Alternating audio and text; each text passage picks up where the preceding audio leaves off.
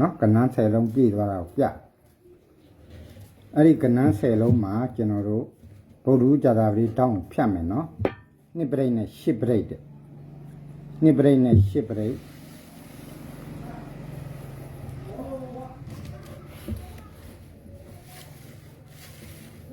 ဒီရစတယ်နော်ဒီမှာကဏ္ဍ10လုံးကဏ္ဍ10လုံးပြည့်ပြီ4ပရိတ်နဲ့5ပရိတ်တဲ့နော်4ပရိတ်5ပရိတ်ကဒီမှာ4ပရိတ်5ပရိတ်ကြာအဲ့ဒါမှာကျွန်တော်ပေးမဲ့အခွေကကလနာနဲ့ပဲပေးမှာနော်လက်ပေါင်းနေမပါဘူးနှစ်ခွန်4ကိုအခွေပါတဲ့နော်ဒါလေးနော်အခွေနော်နှစ်ခွန်4ကိုအခွေပရိတ်က4ပရိတ်နဲ့5ပရိတ်နော်ဒီမှာ4ပရိတ်5ပရိတ်ကြာအဲ့တော့ဒီမှာကျွန်တော်တို့နောက်ထပ်10လုံးထပ်ပြည့်တယ်နော်10လုံးထပ်ပြည့်တော့2ပရိတ်နဲ့10ပရိတ်နော်အဲကျွန်တော်တို့တက်လိုက်ခါတယ်ဒီမှာ2ပရိတ်ကြတယ်နော်ဒီမှာ2ပရိတ်ကြတယ်ဒီမှာ10ပရိတ်ကြတယ်နော်အခွေက2ခွန်4ကိုအခွေပါနော်2ခွန်4ကိုအခွေဒီဘက်မှာလည်းနောက်ထပ်ကျွန်တော်တို့ကဏ္ဍ10လုံးပေါ့နော်10လုံးလို့ပြည့်10လုံးပြည့်တာဖြစ်တဲ့အတွက်ကျွန်တော်တို့1ပရိတ်နဲ့3ညပရိတ်ဒီမှာ3ညပရိတ်ထွက်တယ်1ပရိတ်ထွက်တယ်နော်3ညပရိတ်1ပရိတ်နော်1ပရိတ်3ညပရိတ်အဲ့ဒါကိုကျွန်တော်တို့က2ခွန်4ကိုအခွေဆိုတဲ့နေရာမှာဒီမှာနော်2ခွန်4ကိုအခွေထွက်ပါတယ်နော်2ခွန်4ကိုအခွေကိုပြအခုဒီမှာနောက်ထပ်ကဏ္ဍ10လုံးထပ်ပြည့်တယ်နော်10လုံးလို့ထပ်ဖြစ်ကဏ္ဍ10လုံးပြည့်တဲ့နေရာမှာ5ပရိတ်1ပရိတ်5ပရိတ်ရ1ပရိတ်နော်အောက်ကိုကျွန်တော်တို့ကြည့်လိုက်မယ်ကျွန်တော်တို့ဒီမှာ1ပရိတ်1ပရိတ်5ပရိတ်လို့ထွက်ပြီနော်1ပရိတ်5ပရိတ်ထွက်အဲ့ဒီချိန်မှာကျွန်တော်တို့ကနှစ်ခွန်4ကိုအခွေဆိုတာကတစ်ကြိမ်ကြာနော်နှစ်ခွန်4ကိုအခွေအခုဒီမှာကျွန်တော်တို့ကဏ္ဍ10လုံးပြည့်တာဖြစ်တဲ့အတွက်6ပရိတ်နဲ့1ပရိတ်တဲ့6ပရိတ်1ပရိတ်10လုံးပြန်ပြည့်နော်ကဏ္ဍ10လုံး6ပရိတ်1ပရိတ်မှာကျွန်တော်တို့ဒီမှာ1ပရိတ်လို့ထွက်တယ်နော်ဒီမှာ6ပရိတ်လို့ထွက်တယ်နော်6ပရိတ်1ပရိတ်အဲ့ဒါဟိုမှာကျွန်တော်တို့အခွေက2ခွန်4ကိုအခွေပါတဲ့နော်20နဲ့9အခုကျွန်တော်တို့ဒီမှာဖြစ်သွားပြီနော်ကဏ္ဍ10လုံးဒါ10လုံးပြည့်နော်ကဏ္ဍ10လုံးပြည့်အဲ့တော့ပရိတ်ကိုကျွန်တော်တို့ယူရတဲ့အခါမှာ10ပရိတ်10ပရိတ်နော်ခွန်1 8 4 4 8ပရိတ်ပါအဲ့တော့အခွေက2ခွန်4ကိုအခွေထိုးပေးရနော်တာရရနော်အခွေက2ခွန်4ကိုပရိတ်က10ပရိတ်နဲ့1ပရိတ်နော်ကဏ္ဍ10လုံးပြည့်တိုင်း1ပရိတ်ကြအဲ့ဒါလေးကိုမှတ်ထားပါနော်ကဏ္ဍ10လုံးပြည့်တိုင်း1ပရိတ်ဒီမှာကြည့်ကဏ္ဍ10လုံးပြည့်တယ်1ပရိတ်တစ်လုံးနဲ့ယူမယ်ဆိုရင်လည်းရတယ်နော်ဒီမှာကျွန်တော်တို့ကဏ္ဍ10လုံးပြည့်တဲ့ပွဲမှာကျွန်တော်တို့ဒီမှာ1ပရိတ်နော်1ပရိတ်1ပရိတ်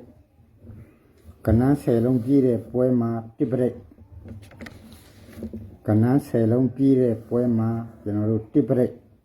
ဒီ10လုံးပြည့်တဲ့ပွဲမှာလည်း1ပရိတ်ပဲတဲ့နော်အခုဒီမှာကျွန်တော်တို့ကဏ္ဍ10လုံးပြည့်တာဖြစ်တဲ့အတွက်1ပရိတ်ကျွန်တော်တို့ဒီပရိတ်က10နှလုံးထပ်ထားတယ်နော်10ပရိတ်ဒါလေးကိုကြည့်နော်ပတ်တီးက6ကိုပေးပါတယ်နော်ပတ်တီး6နဲ့ခွန်ဒါလေးကိုရိုက်နော်ဒါလေးကိုရိုက်ယူထားရိုက်ပြီးရင်ကျွန်တော်ကဏ္ဍပြနော်18ပေါင်းရင်3နဲ့90နဲ့3ဆိုတာဒီမှာလာကြတယ်နော်93ဒီမှာတော့မရှိဘူးနော်ကျွန်တော်တို့9ရဲ့ပေါင်းရင်3ည155ပေါင်းရင်ကျွန်တော်တို့3ည1ဆိုတဲ့ကဏ္ဍကဒီမှာ3ည1လို့လာကြတယ်နော်3ည1လို့လာကြတယ်တစ်ခွက်ကောင်းလေးကိုပြပေးတာနော် တုံညရဲ့တုံညရဲ့ပေါင်းရင်တုံညနှစ်3တုံညပေါင်းရင်9တုံည9တုံည9ဆိုတော့ဒီမှာလာကြားနော်အဲ့တော့ရိုက်ပြီးဟုတ်ပြီရိုက်ပြီးဆိုရပြီအဲ့တော့တုံညရဲ့ခွန်ရဲ့ပေါင်းရင်ခွန်1တုံညပေါင်းတော့8 80နဲ့8အဲကျွန်တော်တို့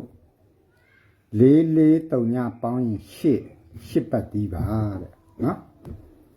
4တုံညပေါင်းရင်8ပတ်တီးကျွန်တော်တို့ဒီ3လုံးပေါင်းမယ်2ပေါ့နော်8တလုံးကို2ခွန်ကပ်ပြီးတော့ကစားရမယ်ဆိုတော့ကျွန်တော်တို့20နဲ့8လို့ထွက်ပါတယ်နော်ဒီမှာ28နော်28လို့ထွက်ကျွန်တော်တို့439ပေါင်းရင်6ပတ်တီးပါတဲ့နော်ပတ်တီးက6အဲ့ဒီ6ကိုကျွန်တော်တို့ကခွန်နှစ်9တဲ့ပေါင်းရင်8 3တလုံးနဲ့ကပ်ပြီးတော့ပေါင်းရမယ်ဆိုရင်ကျွန်တော်တို့က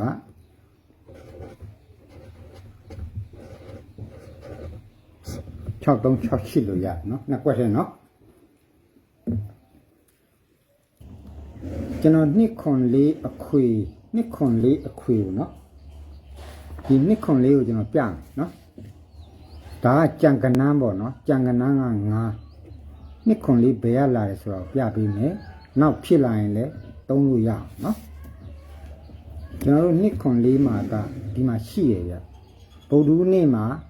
နှစ်ထိန်နဲ့နှစ်ခွန်ဇာတာပတိတောက်ကြတောင်းကိုကျွန်တော်တို့ဒီလိုဖြတ်လိုက်မယ်နော်နှစ်ခွန်လို့ဖြစ်တာဖြစ်တဲ့အတွက်နှစ်ခွန်လေးအခွေပဲနော်နှစ်ခွန်လေးအခွေ42ဒီလိုလေးသွားတယ်နော်နှစ်ခွန်လေးအခွေရလို့ဖြစ်လာတယ်ပေါ့နော်အဲ့တော့မှကျွန်တော်တို့ကပရိတ်ပြန်ချိညီကိုကျွန်တော်တို့နှစ်ခွန်လေးအခွေတပြင်းလုံးမရှိဘူးနော်တပြင်းလုံးမရှိဘူးအခုဒီမှာဖြစ်ထားတယ်ကျွန်တော်တို့ဒီမှာနှစ်ခွန်ဒီကိုဖြတ်ဆွဲမယ်နော်9ရဲ့3ရဲ့ပေါင်းရင်လည်းနှစ်ခွန်ဖြစ်တာဖြစ်တဲ့အတွက်နှစ်ခွန်တူသွားလို့နှစ်ခွန်လေးအပူပါလို့ထည့်လိုက်တယ်နော်နှစ်ခွန်လေးအခွေအပူပါဒါကကြံကနန်းနော်ပျောက်ကနန်းပေါ့ပျောက်ကနန်းက9တသမနှစ်ခွန်လေးနော်အပူပါအခွေတဲ့နော်ဒါထွက်ပြီပေါ့နော်4-5ထွက်တယ်4-4ထွက်တယ်4-2ထွက်တယ်နော်အဲ့တော့ပရိတ်ဒီဆိုရင်လည်းကျွန်တော်တို့3ပရိတ်5ပရိတ်နော်အဲ့ဒါလေးအကုန်ထွက်သွားပြီ86မွေးရမှာပေါ့နော်ဖြစ်စဉ်လေးတစ်ခုထပ်ပြအဲဒီမှာထွင်ကနန်းလေး3လုံးနော်ထွင်ကနန်းလေး3လုံး2 3 2ဒီကောင်ပေါင်းရင်6တစ်လို့ယူလိုက်မယ်နော်6တစ်ယူပြီးကွာနေတဲ့ကနန်းလေးပေါ့ထူးခြားတဲ့ကနန်းဒီ3လုံးတွဲရဲ့3ညပရိတ်61ကိုမှတ်ထား6တစ်ပါတော့3ညပရိတ်ဒီဘက်အပင်ကိုတက်61လို့လာထွက်တယ်နော်61လို့လာထွက်တယ်6တစ်ပါတော့3ညပရိတ်တဲ့နော်19တဲ့ဒီမှာထပ်ဖြစ်ပြန်ပြီနော်အရင်လိုက်ဒီမှာလည်းကျွန်တော်အများအားပြောပြတယ်နော်6ထွင်3လုံးနဲ့နော်ထွင်3လုံးဒီထွင်3လုံးမှာကြံနေတာက1အဲ့တော့ကျွန်တော်တို့က6 3လုံးပေါင်းရင်8 3ပါတော့1 break ပါတဲ့နော်ဒီမှာလာထွက်အဲ့တော့8 3က8 3ပဲနော်1 break အခုဒီမှာလာဖြစ်ပြန်ပြီနော်2023 24အမတန်ချပါတဲ့ကဏ္ဍလေးတွေနော်4 3လုံးထွင်ဖြစ်သွားပြီနော်4 4 4တဲ့4 3လုံးထွင်ဖြစ်သွားတော့4 3 12နှစ်ခွန်ပါတော့ဘရိတ်ကဒါလေးပဲနော်နှစ်ဘရိတ်ပါရှင်းကြပြီတော့နော်ဒါပဲနားလည်အောင်ရှင်းပြပေးတာနော်ကျွန်တော်တို့ဒီထွိုင်ကိုပေါင်းရင်ကျွန်တော်တို့နှစ်လို့ရတယ်နှစ်ခွန်ပါတော့နှစ်ခွန် break